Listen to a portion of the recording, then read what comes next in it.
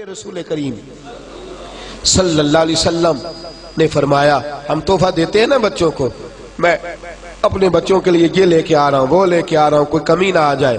میرے حبیب پاک صلی اللہ علیہ وسلم نے فرمایا کسی والد کا اپنی اولاد کے لیے سب سے بہترین تحفہ یہ ہے کہ وہ اسے اچھا ادب سکھا دے۔ یہ سب سے بولیے یہ کون سا تحفہ ہے؟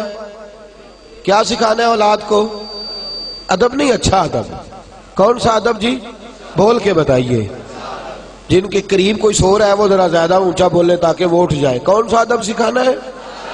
اچھا ادب۔ اپنی اولاد کو اچھا ادب سکھائیے۔ دیکھیے جس دکاندار کو ادب نہ آتا ہو اس کی دکان پہ گاہک نہیں ہوتا، اور جس گھر والے کو ادب نہ آتا ہو اس گھر کے اندر کوئی شخص قیام، اس شخص بے ادب آدمی کی زندگی اجیرن ہو جاتی۔ جو بد اخلاق آدمی ہوتا ہے اس کے ساتھ کسی کا تعلق قائم نہیں رہتا۔ جو اخلاقی قدریں نہیں جانتا اس کے تو اپنے قریبی رشتے ٹوٹ جاتے، وہ تو اپنوں سے دور ہو جاتا۔ جو اخلاقی قدریں نہیں جانتا اس کی زندگی تباہ ہو جاتی ہے۔ تو حبیب فرماتے تو کھلونے لے کے دے گا، تو جائیدادیں بنا کے دے گا، لیکن اس جائیداد کے اندر، اس مکان کے اندر اگر وہ رہنے کے قابل ہی نہ ہوا، اگر اسے ہوش ہی نہ ہوا کہ میں نے کس طرح کر کے لوگوں کے ساتھ رویہ رکھنا ہے، تو اس کی تو زندگی اس کے لیے بوجھ بن جائے گی۔ اسے اچھا ادب سکھا دے۔ اس کے گھر میں فاقہ اگر رہا اور اس کے ساتھ ساتھ اخلاق بھی رہا تو اللہ اخلاق کی برکت سے گھر کو جنت بنا دے گا۔ اچھا ادب سکھائیں جس کی بنیاد پر گھر بن سکے۔ اچھا کردار۔ میرے نبی کریم صلی اللہ علیہ وسلم نے فرمایا تم میں سے ہر شخص نگران ہے، اور تمہیں اپنی رعایا کے بارے میں اللہ کی بارگاہ میں جواب تو یہ نہیں کہہ سکتا یار برے مل گئے تھے، یہ نہیں تو کہہ سکتا بہک گئے تھے، تو یہ نہیں کہہ سکتا کہ میں مصروف رہا نا ادھر ادھر کی تو بات کر، یہ بتا کہ قافلہ کیوں لٹا، مجھے رہزنوں سے غرض نہیں تیری رہبری کا سوال ہے، تو بتا انہیں پانی کون دیتا رہا، انہیں تناوت رخت کون بناتا رہا، تیری ڈیوٹی تھی۔ اور بالخصوص بخاری شریف نے میرے نبی پاک صلی اللہ علیہ وسلم نے فرمایا ماں کی ڈیوٹی ہے اپنے بچے کو دینی تربیت دے۔ بالخصوص بالعموم تو والد کی ذمہ داریاں سب سے زیادہ ہے، لیکن ماں چونکہ گھر کے اندر زیادہ وقت گزارتی ہے، ماں کا تعلق بچے کے ساتھ اس طرح ہوتا ہے جس طرح کہ ایک آنگن کے اندر مختلف لوگ رہتے ہیں۔ والد تو کبھی کبھی ایسے آتے ہیں جیسے ایک ڈاکٹر وارڈ کے اندر وزٹ کرنے آتا ہے، تو ماں کے ساتھ بچوں کو وقت زیادہ گزارنا ہے۔ مائیں اچھی پرورش کر سکتی ہیں اگر وہ فکر کریں، سوچ کریں کہ میرا بیٹا دنیا داری کی تو ساری باتیں کرتا ہے، اس کی لبوں پر رسول اللہ کا نام کیوں نہیں آتا، اس کی زبان پر درود پاک جاری کیوں نہیں ہوتا، اس کے جملوں میں سیدنا امام حسن حسین کا لفظ کیوں نہیں آتا، یہ سیدنا ابو بکر صدیق اور عمر فاروق کا نام کیوں نہیں لیتا۔ تربیت کرنا والدین کی ذمہ داری ہے۔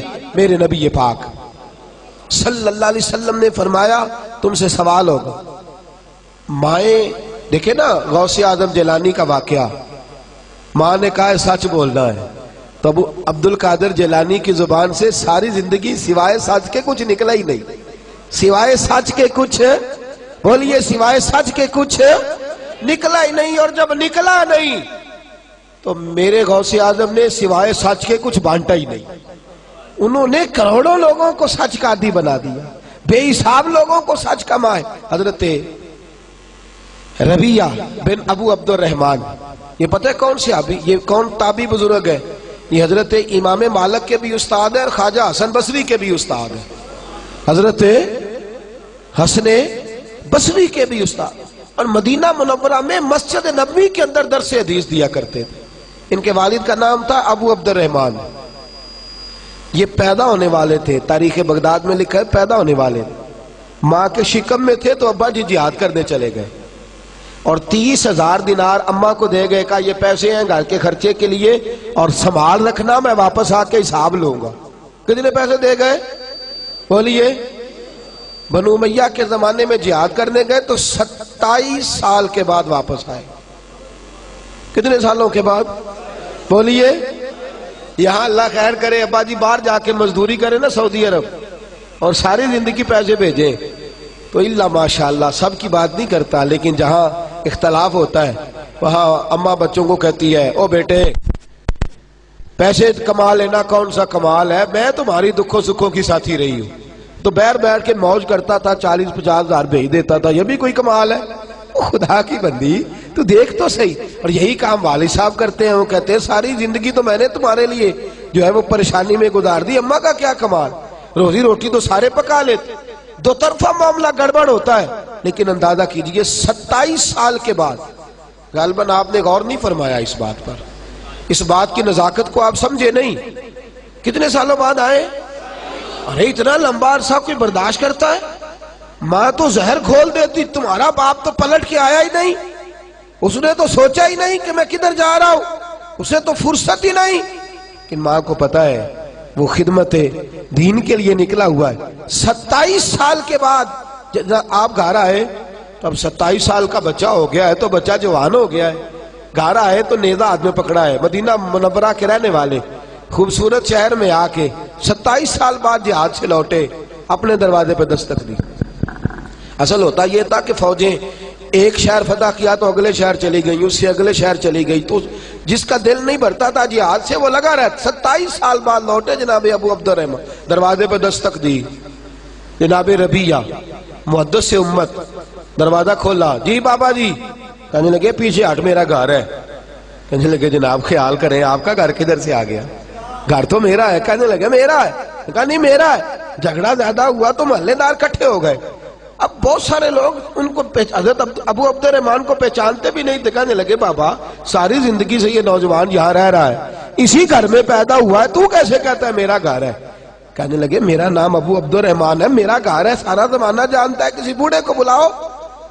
اندر سے والدہ نے لفظ سن لیے اور جناب ربیہ کو کہنے لگی بیٹے دروازہ کھول کے سینے سے لگا، یہ تیرے والد گرامی ہے، یہ تیرے والد گرامی ہے۔ لفظ ادا کی تو 27 سال بعد بچھڑا ہوا بیٹا باپ سے ملا، باپ بیٹے سے ملا، آنسو درد بن کے ٹپکے، ماتھا چومتے رہے، دیر تک ملتے رہے، اندر آئے، عصر کا وقت قریب تھا، جناب ابو عبد الرحمن بیٹھے آ کے، والدہ نے کھانا رکھا، حضرت ربیہ کی والدہ نے، اور جناب ربیہ جلدی سے وضو کر کے نکل گئے، عصر کے بعد درس حدیث دینا ہے، وہ تشریف لے گئے تو پیچھے سے حضرت ابو عبد الرحمن یہ نہیں پوچھا 27 سال وقت کیسے گزرا، یہ نہیں پوچھا کہ تم نے دھوپ چھاؤں میں کیسے گزارا کیا، یہ کہنے لگے اور میرے 30,000 دینار کدھر ہیں، 30,000 دینار کدھر؟ اور بی بی سمجھدار آگے سے یہ نہیں کہتی اچھا 27 سال بعد آیا اور تجھے پیسوں کی فکر ہے، میری فکر ہی نہیں، بچوں کی فکر ہی نہیں۔ کہنے لگی آپ اس طرح کریں، کھانا کھائیں، وضو کریں، مسجد نبی میں جا کے نماز عصر پڑھ کے آئے، آپ نماز ادا کر کے واپس آئے، بتاتی ہوں 30,000 دینار کدھر ہے۔ کہتے چونکہ میں دیر سے گیا، مسجد پہنچا تو جبہ پہنے، سر پہ امامہ باندھے اور رسول اللہ کے ممبر پر بیٹھے، رسول اللہ کے ممبر پر بیٹھے، میں نے ایک خوبصورت نوجوان کو دیکھا جو حدیثیں بیان کر رہا ہے، اور حسن بصری سے لے کر امام مالک تک لوگ گردنیں جھکائے بیٹھے اور حدیثوں کا درس سن رہے ہیں۔ کہتے میں نے دیر سے نماز پڑھی، میں پہچان نہ پایا، میں نے کان میں ایک شخص کے کہا، میں نے کہا یہ کون ہے؟ اتنی چھوٹی عمر میں اتنا اعلیٰ 27 سال کا جوان اور اس قدر خوبصورت اس کا انداز کہ مسجد نبی میں درس حدیث۔ تو کہتے وہ کہنے لگے بابا جی آپ نہیں جانتے یہ ربیہ بن عبد الرحمن ہے، یہ کہتے میرا بیٹا، میرا صاحبزادہ۔ چھلک پڑی آنکھیں آنسوؤں سے، تڑپ اٹھے، بے چین ہو گئے، رو پڑے، روتے روتے واپس گھر آئے، آ کے کہنے لگے ام ربیہ تو نے تو کمال کر دیا، تو نے تو کمال کر دیا، میں 27 سال آیا نہیں اور تو اکیلی عورت میرے بیٹے کو اتنا بڑا بنا دیا ہے کہ وہ رسول اللہ صلی اللہ علیہ وسلم کی مسجد میں حدیث کا درس بیان کر رہا ہے، کیا بات ہے تیری؟ تو کہنے لگی اچھا اگر آپ خوش ہوئے ہیں تو پھر میں نے 30,000 دینار آپ کے بیٹے کو عالم بنانے پہ خرچ کر دیے، آپ راضی ہیں میری اس بات سے؟ راضی ہیں؟ میرے عزیز جب تربیت کا یہ انداز ہوتا ہے، جب سوچ کا یہ انداز ہوتا ہے، ہمارے ہاں ہم مرنے کے قریب ہوتے ہیں، ہمارے بچے کیونکہ ہم نے تربیت ہی نہیں کی، ہم نے خیال ہی نہیں کیا، ہمارے بچے دیکھیے نا میرے رسول پاک صلی اللہ علیہ وسلم کی صحیح مسلم کی حدیث ہے، فرمایا تو مر جائے گا پر اگر تیری اولاد نیک ہوئی تو قبر میں بھی تیرے ساتھ جائے گی، حضور کس طرح؟ فرمایا وہ پیچھے جتنے خیر کے کام کرے گی ان سب کا اللہ تجھے قبر میں بھی ثواب عطا فرمائے گا۔ لیکن ہم نے تو بچے کو سکھایا ہے دنیا کمانی، ہم نے تو سکھایا ہے پارٹیوں کو ڈیل کرنا، ہم نے تو اسے سکھایا ہے سوسائٹی کے اندر اچھا مقام پیدا کرنا، ہم نے تو اسے سکھایا ہے کاروباری مدوجہد، ہم نے تو اسے سکھایا ہے شریکے کے ساتھ جھگڑا کرنا، ہم نے تو اسے سکھایا ہے کہ بس تو اچھا ہے باقی سارا زمانہ برا ہے۔ ہم نے تو یہ سکھایا ہی نہیں کہ قرآن کیسے پڑھا جاتا ہے، یہ سکھایا ہی نہیں کہ آداب زندگی کیا ہے، ہم تو اسے مسجد تک لے کر کے ہی نہیں آئے۔ ہم نے تو شہزادے بنایا ہے، نوابزادے بنایا ہے، ہم نے تو انہیں بڑے بڑے جو ہے وہ القابات سے نوازا ہے، یہ توجہ ہی نہیں کی کہ انہیں ہمیں کہیں لے کر کے جانا چاہیے، ان کی تربیت ہونی چاہیے۔ تربیت اولاد کے لیے، فکر مندی اولاد کے لیے سب سے ضروری ہے انسان کے کردار کا صحیح ہونا۔ سب سے ضروری کیا ہے؟ بھئی آپ بچے سے کہیں بیٹے چل مسجد، چلا جائے گا؟ کہے گا ابا جی آپ کیوں نہیں جاتے؟ آپ بھی تو بتائے نا، آپ آرام سے لیٹے ہیں مجھے کہہ رہے ہیں مسجد چلیں۔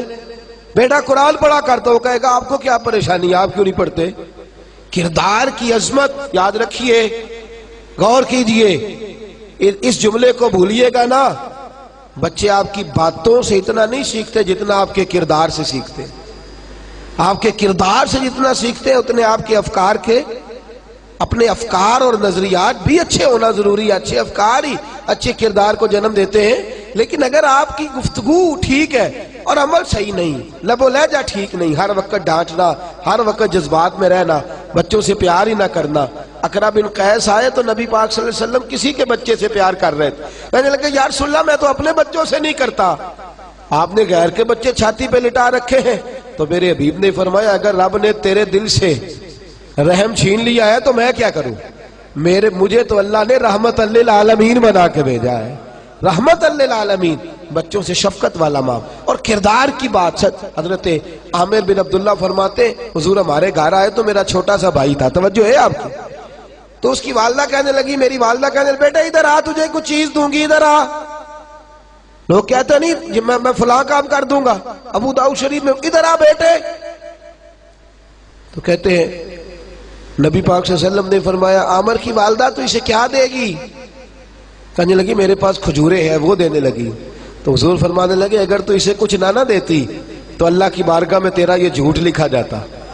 حضور بچے کے ساتھ بھی، نابالغ کے ساتھ بھی، چھوٹے کے ساتھ بھی فرمایا اگر چھوٹے کو پتا چل جائے کہ تو جھوٹ بولتی ہے اور تیرا انداز ٹھیک نہیں ہے، ماں باپ کا جو ہے وہ کردار قول اور فعل کے اندر تضاد ہے، تو فرمایا اس بیچارے کی تو تربیت بگڑ جائے، اس کا تو انداز بگڑ جائے۔